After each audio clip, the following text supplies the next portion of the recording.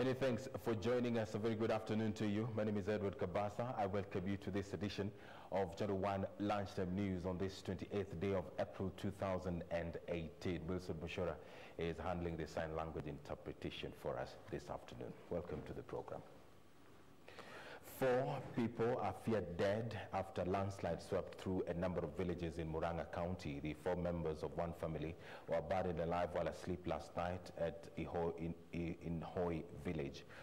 Police are still at the scene of tragedy with reports that one person is still unaccounted for. The landslides were also witnessed in Madioya and Kangema constituencies in the county as heavy rains continue pounding the area. The aftermath of heavy downpour in Murang'a County has left 4 members of a family dead after their house was buried by landslides at Inoi village. 3 bodies have so far been retrieved from the scene. While confirming the incident, Kahuro OCPD David Kandiye said 1 family member is still trapped in the rubbles. In the neighboring Kangema village, another house has been buried by a landslide with no casualty reported. At the adjacent Mathia village, 1 person remains unaccounted for after landslides swept through the area. Mathia Deputy County Commissioner Charles Laboso says the government has mounted a rescue mission in the area to evacuate those in danger of landslides. Meanwhile, in Tarakaniti, residents of Mtindwa in Mara constituency have come together to repair a road that is now impassable in the area. Locals are accusing area member of parliament Karek Kembuki for failing to repair despite numerous pledges. Hii barabara ndio inatusaidia sisi watu wa Mtindwa na Chogoria. Cash crop yetu ni majani chai, kahawa na maziwa. Maziwa yetu hapa inabebwa na watu wa pikipiki. Ukiangalia watu wakati wanabeba maziwa kweli kweli wanateseka vilivyo. Kwa nini? The route themselves are impassable. Hata wamama wengine wamepoteza watoto wao hapo sababu hiyo kona. Ukipeleka mama maternity akienda akigongeshwa mamawe anapoteza mtoto wake. Irene Mchuma Odim, The Lunchtime News. Rescue mission for those marooned by the floods along the Tana Delta continued for the 2nd day. Military choppers and the police are leading the rescue operation as government scales up its effort to evacuate hundreds who are being threatened by the rising levels of flood waters after Tana River broke its banks. Residents have been displaced in the Tana Delta region as River Tana broke its banks. The villages of Gamba, Garsen and Pandango are completely submerged. In Kilifi County, over 1,000 locals were airlifted on Friday from the danger zones after River Sabaki burst its banks, cutting off locals from accessing any escape route. To mitigate the situation, the government has deployed KDF choppers, the National Police Service and Kenya Navy divers to rescue those marooned. Locals in the affected area are calling on the government to declare the situation a national disaster. In the neighboring Kilifi County, most roads have been rendered impassable, thus slowing the search and rescue mission by road. Today, the rescue teams is conducting expansive rescue operations in the areas of Bate, Kwamjidu, Kwa Samuel Charo, John Gumbao, and Karimani Dagamra. The coastal region is not out of the woods yet, with the Kenya Meteorological Department warning that the area will receive enhanced rainfall in the next 5 days, starting Saturday. And in other matters, First Lady Margaret Kenyatta has termed the lack of information and access to timely treatment as major causes of increased cardiovascular deaths in the country. The First Lady, who was addressing delegates during a 2-day Africa conference on heart disease in Nairobi, said the Ministry of Health is working with the Health Insurance Fund, NHIF, to incorporate cardiovascular checkups and subsequent treatment to cushion members of the public from the burden of unprecedented bills. The First Lady, Margaret Kenyatta, opened a major conference on management of heart diseases and the unique challenge that it poses in Africa.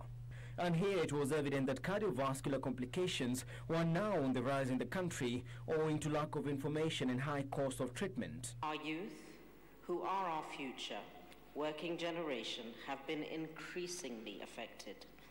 This calls for urgent need for public awareness, innovative and practical interventions to mitigate the deaths and disability that occur as a result of heart disease.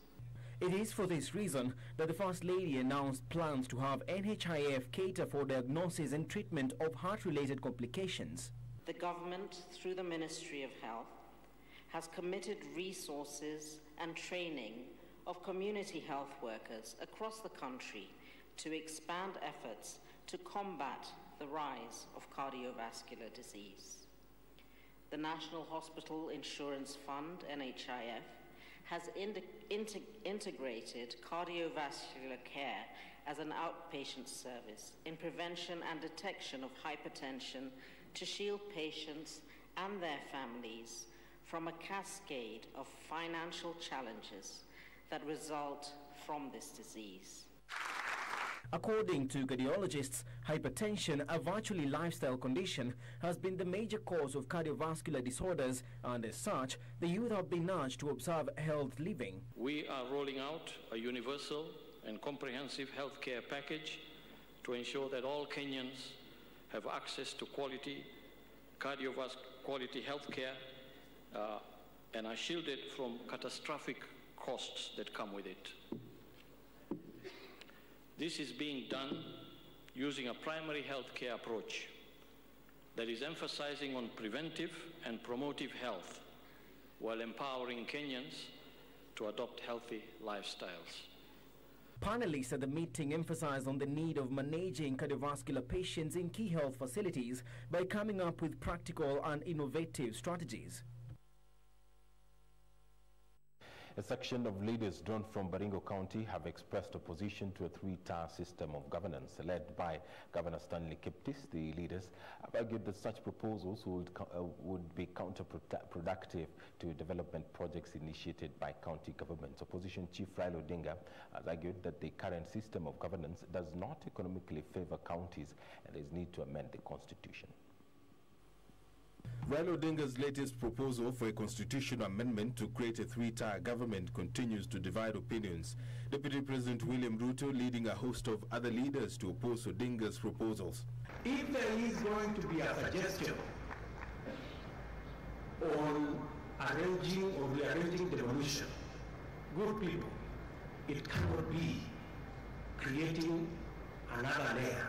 Baringo County Governor Stanley Kiptis has argued that Odinga's proposal has come early in the day, calling on Kenyans to instead focus on developing the counties. Kama ni mambo ya katiba ya Kenya ni miaka 4 tu peke yake. It is we are still nurturing it, building into it.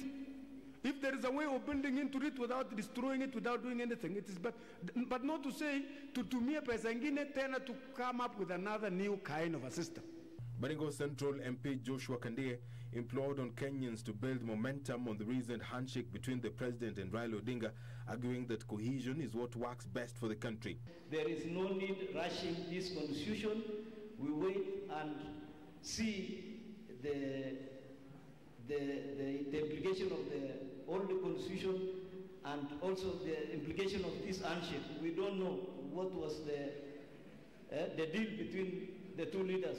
According to Raila, the three-tier system will retain the counties, create regional governments, and retains the national government to create units with a size and population that are economically viable. Leaders drawn from Laikipia County want the government to undertake thorough investigations on unnamed politicians following the killing of 2 people in the area. The leaders claim some politicians in the area were whipping tribal emotions, which should not be encouraged. The 2 county officials were shot dead within the Laikipia Nature Conservancy. The 2 were ambushed by the bandits as they returned from the conservancy where they had gone to inspect trees that were supposed to be harvested by the owner. Following the killings, leaders in the county, led by Governor Nderitu Murray, called for the immediate arrest and prosecution of the attackers who were still at large. We want to say very categorically that we, as the Laikipia leadership, stand with the police force and we expect them to carry out the strictest measures allowable by law, because we cannot have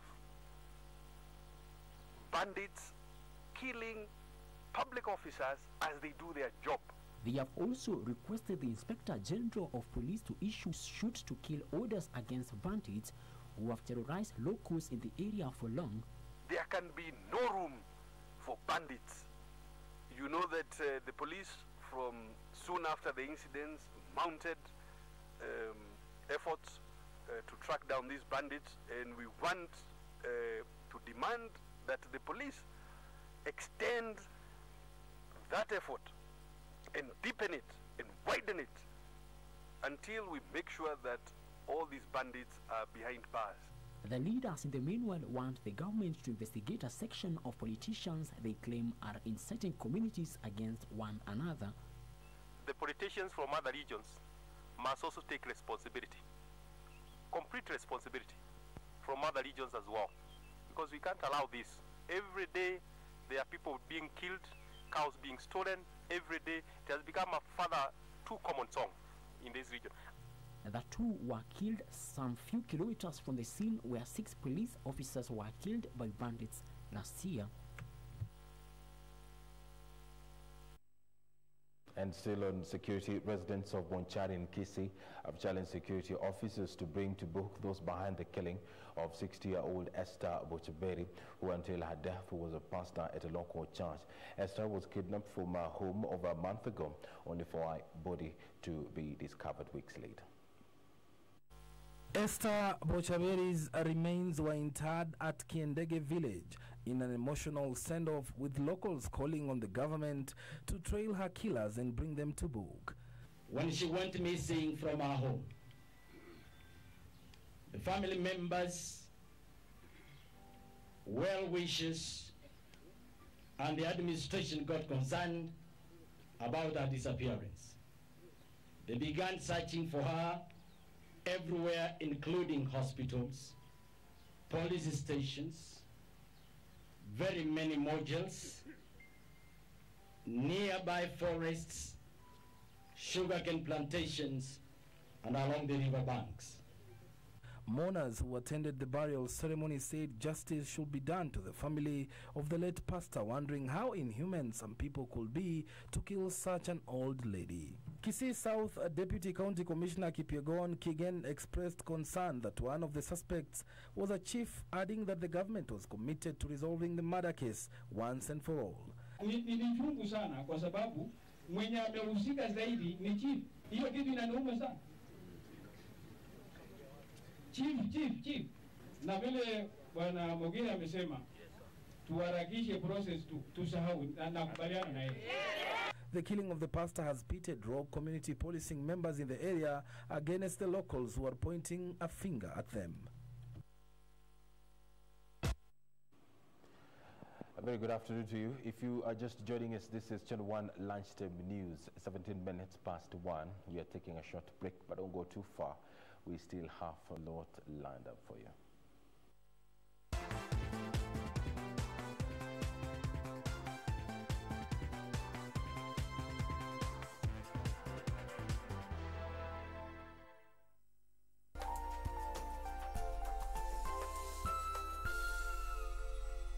Je, waweza fanya nini kwa dakika 4?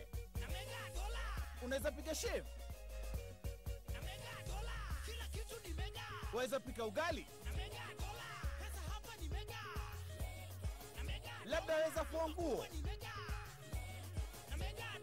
Ama unaweza tengeneza milioni 30? 4 minutes are enough to win big with Mega Dollar. Just go to Lipa na M-Pesa, select Pay Bill, enter business number 295888, enter account name KBC, deposit 10 shillings or more, enter your PIN and press OK, then choose 10 numbers from 1 to 80 and send to 29588. And you can win up to 30 million shillings every 4 minutes. Deposit, play, and win with Mega Dollar. Big game for big winners.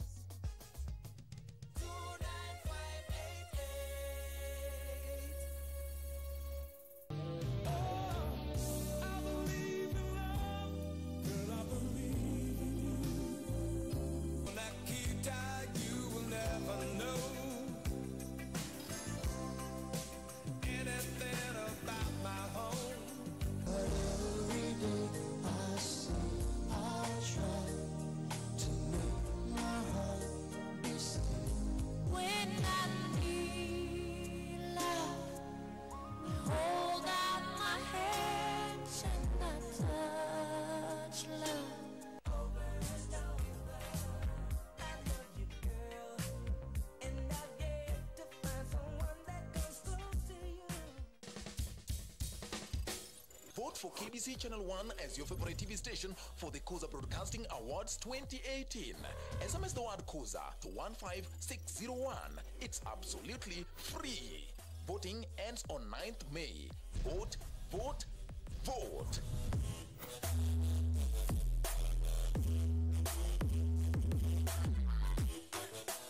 Unlike most people who face discrimination and ridicule as a result of their short stature, for Roslyn, this was a rare occurrence all through her schooling. Wakati nilizaliwa niligrow tu poa. Sasa ilifika pahali kama na class 3 ndio sasa ilifika hivyo. Hata shule walikuwa wananiita tu kupika kutumi kwa na shida. Kwa tunaachia tu ni Mungu ndiye aliniumba. It was a stick that I put into one of my eye, the right eye, and it was affected and it had some pain. So I went to the medical for checkups, and due to the pain and the eye had been affected, the doctor advised me to my eye to be removed. This weekend on KBC Channel 1. I felt defeated, and I told my husband, I don't think I can do this anymore. But one pregnancy after another miscarried, and Jennifer was ready to give up. And I lost a total of 4 pregnancies. The primate sanctuary makes room for one more victim of the illegal bushmeat trade. From about age 3, he was kept in a small cage, about 1 meter cube. Will this battered and abused chimp survive the transition to his new home? Gonzalo was murdered. He's dead, and I'm sure it was Javier. Where were you when Gonzalo was shot? If I told you that it was me, would you believe me?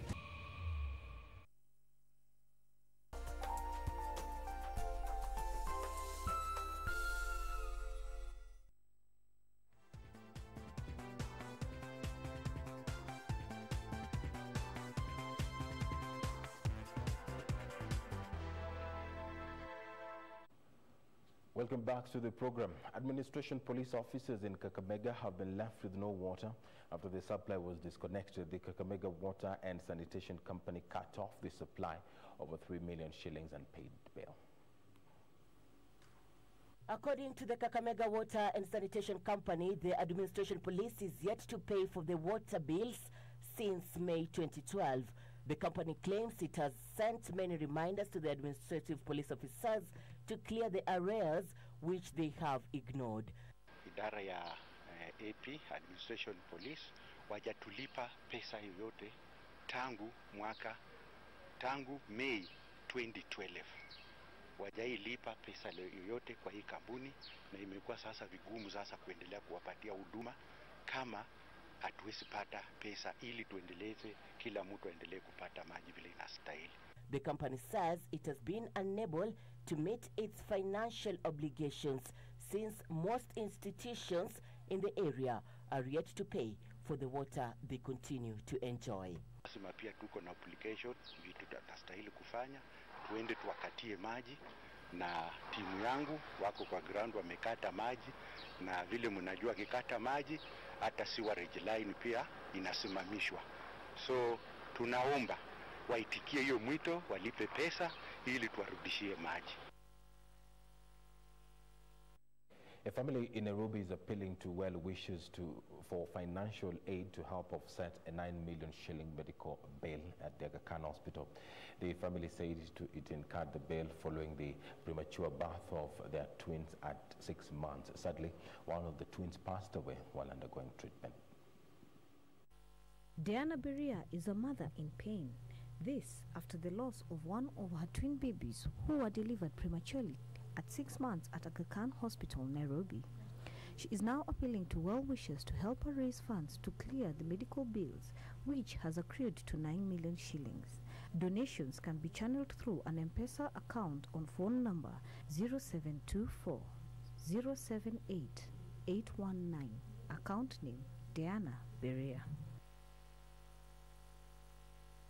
A section of leaders from Kericho County have called on the management of Finley Flowers in to reconsider its plans to close down the farm. The leaders want the management to consult with the government before taking the drastic decision. Finley Flowers is citing the rising cost of labor as a reason for pulling out of Kericho. Over 2,000 workers of the Finley Flowers in Kericho are glaring at a dark future should the management go ahead with its plan to close down its farm. However, Kenya Plantation and Allied Workers Union Kericho Branch Secretary Dixon Sang says the closure of Finley flower farms in Kericho is meant to intimidate workers and deny them their labor rights. Belgut Member of Parliament Nelson Koech is appealing to the national and county governments to chip in and safeguard the workers' interests. It doesn't make sense for me when I am told that it is going to close the Kericho branch and within the same county open another section of the same flower farms. I mean, I don't get the rationale. I understand that probably, as they explained, that the cost of labor is high, but dismissing 2,000 workers is extremely punitive. Ainamoi legislator Sylvanus Maritim accused the company for mechanization of tea plucking, which has threatened the jobs of thousands of workers, saying the company has reversed the pay downwards from 5 shillings per kilogram to 2 shillings per kilogram. The management is citing labor costs as reason for pulling out from the area.